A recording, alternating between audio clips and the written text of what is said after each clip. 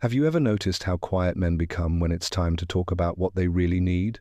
Not the job, the car, the gym routine, but the unspoken cravings that live under their skin. It's not that men don't feel deeply, it's that, from a young age, they're taught not to show it. Be strong, be stoic, be a man. These phrases don't build character, they build walls. And behind those walls lives a truth few are brave enough to speak. What men crave isn't always what they say out loud. Carl Jung called it the personath mask we wear to survive the social world. For men, that mask is carved early. It says, "I'm fine," when he's breaking. It smiles when he wants to scream. It plays protector when all he wants is to be held. The persona keeps the world comfortable, but it strangles the soul. And so, most men walk through life armored in silence, hungry for things they can't name, afraid of what it might mean if they did. That's why, when a man meets a woman who embodies something real, something soft yet unshakable, he doesn't always respond with words. Sometimes he pulls away. Sometimes he stares. Sometimes he doesn't know what to do at all, because her presence threatens the mask. Her emotional honesty rattles something he's spent decades trying to bury. And here's the paradox. The traits he secretly longs for in a woman, the ones that feel like coming home here, are often the ones that scare him most. He won't say it out loud, but he's craving more than physical beauty. He's craving connection, depth, presence, but the mask doesn't know how to ask for that. It only knows how to perform. This isn't about blaming men. It's about revealing a system that never taught them how to feel safe in their own vulnerability. And until that mask cracks, until he meets something or someone that makes hiding unbearable, he'll keep reaching out with his hands while retreating with his heart. And yet, when he sees it, when he feels it, even if just for a moment, that's when everything changes. That's when he realizes what he's been running from is the very thing he's always needed. She doesn't raise her voice. She doesn't chase the spotlight. And yet, when she enters the room, something shifts. You feel it not in your eyes, but in your chest, a soft gravity. A quiet pulse that says, she's not here to impress, she's here to be. That presence, that unspoken resonance, is what most men can't describe but crave more than anything. It's not loud, it's not dressed up in validation, it doesn't trend, because what she holds isn't mainstream, it's ancient. Jung called it the animathi, feminine part of the male psyche, often buried, rarely understood. And when a man meets a woman who lives in alignment with that energy, gentle but grounded, nurturing but sovereign, he doesn't just see her, he sees something in himself he didn't know he'd lost. This isn't about femininity in the way the world packages it. It's not about submission, flirtation, or perfection. It's about soul, about essence, about a quiet knowing that's been drowned out by noise and forgotten by a culture addicted to performance. She reminds him of what he's forgotten, that there is beauty in stillness, truth in softness, power in presence. But here's the part no one talks about. That kind of woman can be terrifying to a man who's never met his own depths, because she doesn't play by the rules. She doesn't offer the usual script. She doesn't mirror his mask, she sees through it. And what's worse, she waits for him to see himself. This is why so many men feel an unexplainable pull toward women who don't demand attention but embody something sacred.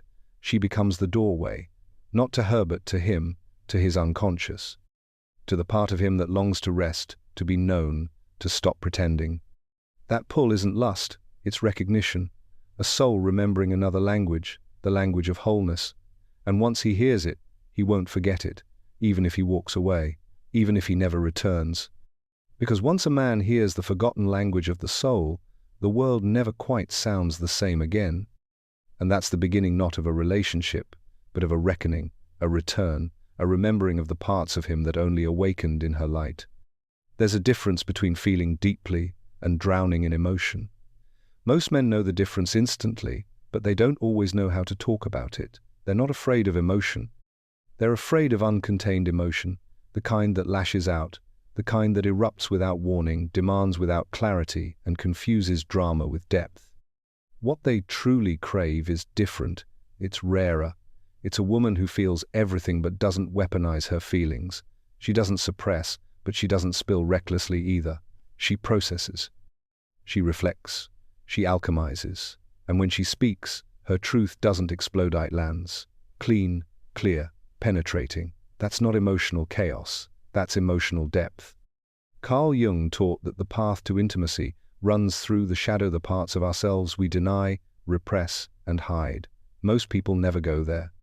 But the woman who's met her own darkness, who's sat with rage without projecting it, held sorrow without collapsing into it, who has cried without turning her pain into performance, that woman is rare and unforgettable. Men don't always understand why they feel safer with her, but they do. She doesn't throw her storms at them. She invites them to stand in the rain with her. That's the difference. She's not asking to be rescued. She's asking to be witnessed, and, in return, she offers the same. And for a man who's never had that, it can feel like both a shock and a salvation. It's easy to confuse emotional volatility with passion, but real emotional depth is quieter. He feels it when she listens without rushing, when she cries without shame, when she says, "I'm still learning," and actually means it. She isn't afraid of her own shadow, which means she won't be afraid of his. And that's the key. She makes it safe to be real, to drop the mask, to stop pretending. Because a woman who feels deeply and wisely doesn't just offer love, she offers sanctuary. And for a man who spent his whole life outrunning his own feelings, that is the most terrifying, magnetic, disarming thing of all. Some women walk into a room like thunder. Others move like water, steady, soft, impossible to ignore. She doesn't fight for attention. She doesn't perform. She just is. And in a world addicted to noise, that silence becomes her power. This is the kind of woman who doesn't try to lead the room, but somehow ends up anchoring it, not with volume, but with presence, the way she breathes, the way she listens, the way she seems entirely at home in herself. And for a man who's constantly navigating chaos internally or externally, her calm is like gravity, not loud, not showy, just there, steady, grounded. Jung called this path individuation, the journey of becoming whole. It's not about fixing what's broken. It's about reclaiming every part of yourself, even the ones the world taught you to hide. And a woman who's walked that path doesn't need to declare her worth. She embodies it. Her calm isn't a performance, it's the result of inner reconciliation. She's not unshaken because life didn't hurt her. She's unshaken because she stopped resisting it. She knows herself, her edges, her softness, her seasons. And that knowing becomes a kind of magnetic field. He doesn't know why, but around her he exhales differently, he speaks slower, he feels more. It's not that she has no fire. She does, but she doesn't throw it. She tends to it, like an ember beneath the surface, controlled, conscious, waiting for something real to spark with. She doesn't entertain chaos to feel alive. She creates space for stillness so others can remember they are alive. And that stillness isn't just attractive, it's confronting, because it invites him to slow down, to stop running, to meet himself, and not every man is ready for that. But the ones who really are will recognize her presence for what it is, not absence, not passivity, but power in its purest form.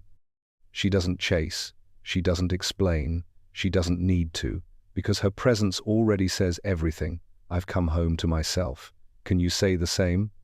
And in that quiet question lies the echo of everything he's been searching for. She can't always explain how she knows. She just knows. There's a moment quiet, unassuming, when her eyes narrow slightly, her energy shifts, and she speaks a truth no one else has dared to name. And just like that, the illusion breaks. Men say they want honesty, but what they mean is comfortable honesty, predictable truth, words that come with footnotes and justifications. But the woman who leads with intuition doesn't explain, she reveals. And that kind of knowing, it doesn't just rattle cages, it blows the doors off. Carl Jung believed the feminine archetype holds the key to the unconscious, the vast inner world beyond logic, control, or words. And that's what she channels. Not facts, not strategy, knowing. She walks with a wisdom that isn't learned but remembered, a truth that surfaces from the depths, often uninvited but always undeniable.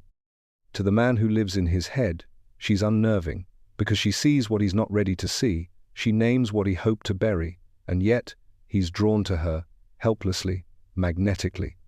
Because she offers what logic can't, clarity without explanation. She knows when he's hiding behind charm. She feels when something's off before a word is spoken. She calls out what others dance around, and it's not to control, it's to connect. Because her intuition is a form of devotion. She's not trying to win, she's trying to understand. But in a world where men are taught to lead, to fix, to be one step ahead, being seen without filters feels like a threat. So they push back, deny, retreat.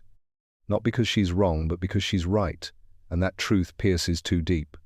And still, quietly, she becomes unforgettable, because even long after she's gone, he'll remember the way she knew, how she saw through the mask, how her silence spoke louder than any argument, how her presence lingered in places he never thought anyone would reach.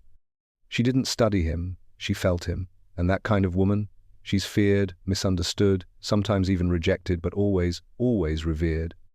Because deep down he knows, she didn't just read him, she remembered something about him that he'd forgotten himself. It's a strange kind of heartbreak to want something so deeply and still push it away the moment it gets too close. But that's the war many men live with. A war between what they crave and what they've been told they're allowed to feel. He sees her, the woman who radiates presence, who carries wisdom in her silence, who doesn't ask him to change but makes him want to. And in that moment something stirs inside him, not lust, not conquest, longing, raw, inconvenient, undeniable longing. But then the programming kicks in. He remembers the rules. Don't need too much. Don't feel too deeply. Don't let her know she matters. Be cool, be controlled, be a man. And so, with a soft panic disguised as logic, he takes a step back. Maybe he ghosts her, maybe he picks a fight, maybe he tells himself she's too much. But the truth is, she's not too much, he's just too unfamiliar with the parts of himself she awakens. Carl Jung said, "What you resist not only persists, but grows in size." And that's exactly what happens here. The more he avoids her, the louder her memory becomes. Not because she chased him, but because her presence held up a mirror, and in that mirror, he didn't see judgment, saw possibility, and that possibility terrified him.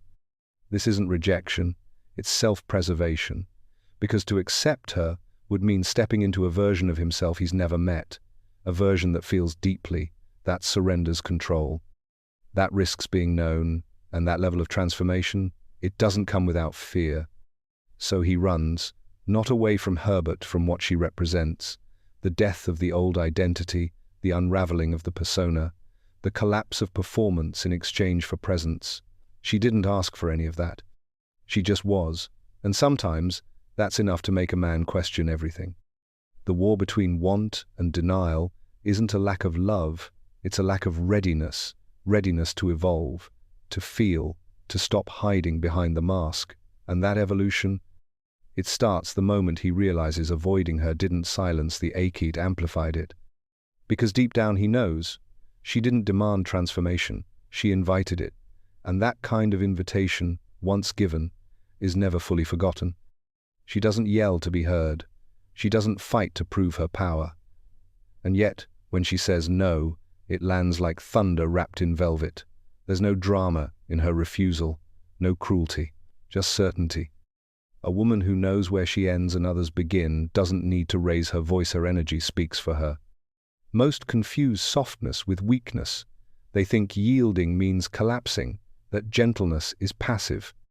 But true softness, the kind that's rooted in self-awareness, is one of the most formidable forces a man will ever encounter, because it doesn't break, it bends, it breathes, it endures. Carl Jung saw feminine energy not as passive, but as cyclical, potent, and deeply rooted. He understood what most of the world forgot, that power doesn't have to roar. Sometimes it arrives as a whisper, a pause, a woman sitting in her truth with no need to convince you of it. She's the woman who can love without losing herself, who can walk away without bitterness, who can offer kindness without obligation. Her strength isn't in how hard she resists, it's in how clearly she defines what she allows. That's what makes her rare and deeply magnetic. For men used to control, she's disarming, because she cannot be pressured. She doesn't resist like a wall, she flows like water, refusing to be held by anything not aligned. And yet, she nurtures. She supports. She holds space in a way that makes you feel like home until the moment you try to dominate it. Then she's gone, not out of anger, but out of respect for herself. She doesn't play games, she doesn't manipulate, she simply is. Soft, solid, sovereign. And that blend, that fusion of grace and firmness, it lingers. Because in a world that glorifies hardness, she teaches that real power doesn't demand, it chooses. And when a man experiences that kind of strength, he doesn't forget it. Because it doesn't control him, it calls him higher. And the men who are ready, they rise. Not to match her fire, but to meet her calm. She doesn't try to be hard to read. She's not playing coy or playing games. Her mystery doesn't come from hiding, it comes from being deeply, unapologetically herself. And in a world full of replicas, that kind of individuality is disorienting. You can't predict her, not because she's inconsistent, but because she's alive, in rhythm with herself. Her moods are seasons. Her silence is not withdrawal, it's integration. She's not trying to keep you guessing. She's simply too busy being to shrink into someone else's definition. Carl Jung spoke often of authenticity as the gateway to the self. And this woman, she lives there, in that quiet rebellion of choosing herself again and again. She doesn't wear labels. She doesn't fit molds. She doesn't explain her complexity to make others comfortable. To the average man, that's confusing. He can't quite place her. She's not loud enough to demand attention, not agreeable enough to blend in, not performative enough to predict, and yet she pulls him in. Not with seduction, but with soul, with something ancient, something honest, something utterly uncontainable. He can't control her, because she's not operating from a need to be controlled. She's whole. She moves through life with the grace of someone who knows where she stands if others don't understand it. And that, paradoxically, is what draws him in deeper. Because what he can't define, he can't dismiss. He's used to women being presentable. She's present. Mystery, when rooted in truth, isn't manipulation, it's magnetism. It's the kind of presence that reveals more in stillness than most reveal in words. She is both familiar and foreign-like, something he's known in dreams but never met in daylight. And the more he tries to figure her out, the more he realizes she isn't here to be solved. She's here to be witnessed, to be met, to be honored, not as a puzzle but as a presence. And in that realization, something unlocks in him, not possession, not understanding, but reverence. Because for the first time, he's not chasing a performance. He's standing before a mystery and learning that sometimes the greatest intimacy lies in simply not needing to explain it. There's a particular kind of woman who doesn't just listen to a man, she sees him, not the version he curated, not the one he polished for the world, but the one beneath the armor. And for most men, that moment, the moment of being truly seen, is both terrifying and electric. It's the great paradox. He craves depth, yet fears exposure. He longs for someone who will touch the places he hides. But when she does, it's like standing naked in sunlight, raw, unfiltered, unready. Carl Jung called it the shadow, the unconscious aspects of ourselves we reject or deny. For men, that often includes tenderness, fear, need, and vulnerability. And when a woman looks past the persona, past the performance, and meets his shadow with understanding instead of judgment, something shatters. She sees the boy inside the man, the longing he's never voiced, the pain he's dressed up in logic, the love he's afraid to give because he doesn't know if it will be received. And when he realizes she knows without him saying a word, it ignites something he can't control. Not lust, not pride, something far more dangerous, truth. The fear isn't her. The fear is what she reflects, a mirror he can't escape. She shows him not only who he is, but who he could be if he stopped hiding. And that's what makes her both irresistible and intimidating. Because once a man is seen, he can't go back to pretending, not fully. Some will walk away, some will resist, some will deny what's happening even as they feel it burning in their chest, but none will forget her because she touched the part of them they spent a lifetime burying and made it feel safe just for a moment to come out into the light. That's the power of being seen by a woman who's done her own shadow work. She doesn't flinch, she doesn't flee, she holds the gaze. And for a man who's ready, that kind of presence doesn't just heal, it awakens. There's a kind of nurturing that doesn't smother, a kind of care that doesn't control. A woman who gives truly gives without sacrificing the ground beneath her feet is something most men didn't even know they were looking for until they feel it. He won't call it by name, he won't say, "I'm craving the archetype of the great mother," but his nervous system will know, his breath will slow, his shoulders will drop. Because she doesn't just make him feel wanted, she makes him feel safe. Carl Jung spoke of the great mother archetype, the deep, ancient feminine that holds space without consuming it. And this woman?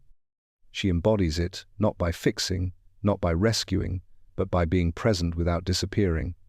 Her love doesn't require her to vanish. She can cook a meal, speak softly, run her fingers through his hair and still be fully herself. Her nurturing is not an escape from her identity, it's an extension of it. That's the difference. Because many confuse love with sacrifice, but she's learned true care does not require self-erasure. For the man who's never known nurturing without strings, it feels disorienting. He waits for the catch, the demand, the unspoken price, but it never comes. She doesn't need him to collapse into her. She wants to meet him man to woman, soul to soul, whole to whole. And this kind of nurturing isn't loud, it's in the little things. The way she listens without solving, the way she supports without controlling. The way she can hold both his strength and his struggle without flinching or absorbing it as her own. And here's the paradox. The more she nurtures from her center, the more he feels safe enough to expand. She doesn't baby him, she doesn't carry him. She believes in him, and that belief, grounded and quiet, unlocks something primal in him. Trust, protection, devotion. Because a woman who knows how to care without collapsing teaches a man how to stay, not out of duty, but out of awe, because she's not trying to be everything for him. She's simply everything she eyes, and that, somehow, is exactly what he's always needed. She doesn't demand respect, she embodies it. There's no arrogance in the way she carries herself, only quiet alignment. A stillness that says, "I know who I am, and I won't abandon her for anyone." Her self-respect is not armor, it's her home. She doesn't put herself first to punish or push others away. She does it because it's the only way to remain whole, to stay rooted. She doesn't perform to be chosen. She chooses herself, and from that choice, everything else aligns. Carl Jung understood that the feminine psyche, when integrated and whole, holds the power to heal the fragmented masculine. And when a man meets a woman who doesn't beg, who doesn't chase, who doesn't shrink to fit his wounds, something in him stirs. Not ego, honor. Because her self-respect teaches him how to rise. It sets a bar no of perfection, but of presence. She doesn't tolerate being half-loved. She doesn't settle for almost. Not because she's cold, but because she's clear. She's done the work. She knows what it costs to betray herself, and she won't pay that price again. To some, she seems distant, unreachable. But to the man who's ready, she becomes the map he didn't know he needed. Not a path to follow, but a mirror.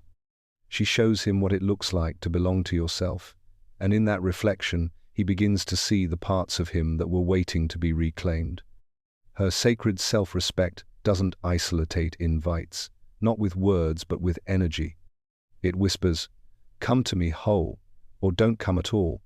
And that whisper, for the right man, becomes a roar inside his chest, a call to remember who he is, a challenge to meet her not with performance, but with presence. Because a woman who won't abandon herself for love teaches a man how not to abandon himself either. There's a silence in men that runs deeper than words, a hush that wraps itself around their true desires, their buried cravings, the things they were told not to feel. And in that silence lives the truth. They admire what they're afraid to name. The woman who feels deeply, who speaks with honesty, who doesn't perform, who doesn't chase, who softens without folding, she is what they've been taught to avoid yet can't help but want. Because in her they see a different kind of power, not the kind that dominates, the kind that reveals. But saying it out loud, that's another story. We've built a culture where male vulnerability is often shamed, where craving softness is labeled weakness, where needing to be held, seen, understood, truly understood is something a man feels but rarely confesses. So he admires her silently, from a distance. Carl Jung knew this well. He spoke of how our unacknowledged parts become projected onto others, and that's what happens here. The very traits he was told to suppress emotional depth, intuition, gentleness he finds in her. And something inside him aches, not because she's incomplete, but because she's whole in the ways he's forgotten how to be. So he praises her in quiet thoughts. He replays her words long after she's gone. He watches from the sidelines, not because he doesn't care, but because he doesn't know if he's allowed to. To want her is to admit he wants something different than what he was told a man should need, and that admission cracks the foundation. Still, she stays with him. Not physically, but energetically. A resonance, a presence that haunts in the most beautiful way. She doesn't disappear. Because she touched a part of him the world told him to hide and reminded him it was never broken, just buried. That's why he rarely says it, not because it isn't real, but because it's too real, because naming it means confronting everything he's denied, everything he still longs to become. And yet, in silence he knows, she wasn't just a woman, she was a mirror, and in her reflection he saw the man he could be, only he let himself feel it. He'll say he doesn't know why he's drawn to her, that it's not his type, that she caught him off guard, and he's not lying, he really doesn't know, because this kind of attraction doesn't move through logic. It moves through memory, not of the mind but of the soul. It's not about her body, though it might start there. It's not about her voice, though it lingers in him. It's something else, deeper, quieter, older. It bypasses the surface and speaks directly to the unconscious, to the forgotten part of him that still remembers what truth feels like. Carl Jung knew this terrain well. He believed we carry within us a Maypan inner landscape etched by symbols, archetypes, ancient stories. And when a man encounters a woman who embodies something from that deeper realm, he recognizes her, not with words, with resonance. That's why it's confusing, why he might resist. Because this isn't a preference, it's a pull. It doesn't follow the rules he thought he lived by. It rewrites them, quietly, completely. He thinks he's choosing her, but really he's remembering her. Something in her energy, her essence, whispers to something he forgot he lost. It might be the way she carries stillness like armor, or the depth behind her eyes, or the unspoken strength of her boundaries. Whatever it is, it doesn't just catch his attention, it unlocks something. Something ancient, something sacred, something unfinished. And the more he tries to explain it, the further away he gets from the truth. Because this kind of attraction doesn't live in language, it lives in the body, the breath, the silence. It's not built, it's awakened. That's why she stays with him long after the moment passes. Not because of what she said, but because of what she reminded him of. A feeling, a frequency. A home inside himself he didn't know he missed until she walked in and lit a match in the dark. She's not the cool girl, not the fantasy built on submission or silence. She doesn't mold herself to please. She doesn't laugh at jokes that hurt her soul. She doesn't shrink to make space for someone else's ego. No, she mirrors, and that's what makes her unforgettable. When a man meets this kind of woman, something inside him shakes, because she's not here to soothe his patterns, she's here to reveal them. She touches him in places long buried longings he's denied, wounds he's numbed, devotion he never dared to show. She doesn't flirt with his persona, she speaks to what's beneath it. Carl Jung called this the animath inner feminine within every man, the gateway to his feeling life, his intuition, his creativity, his soul. And when she appears not as an illusion, but as an embodiment, she doesn't just stir desire, she stirs awakening. She reminds him that he's more than logic, more than control, more than performance, that there's beauty in surrender, that intimacy isn't about merging into comfort, it's about meeting in fire. Real love, Jung said, is individuation in motion, two people becoming more of themselves through the mirror of one another.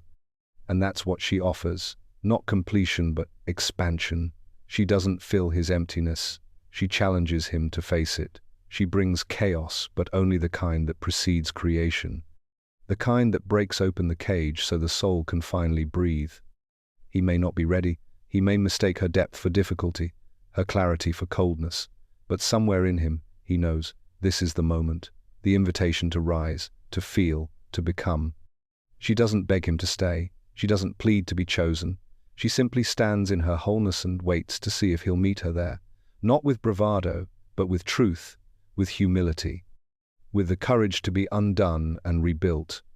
Because she isn't looking for someone to carry her, she's looking for someone who can stand beside her, barefoot in the fire, and say, I see you, and in seeing you, I remember myself.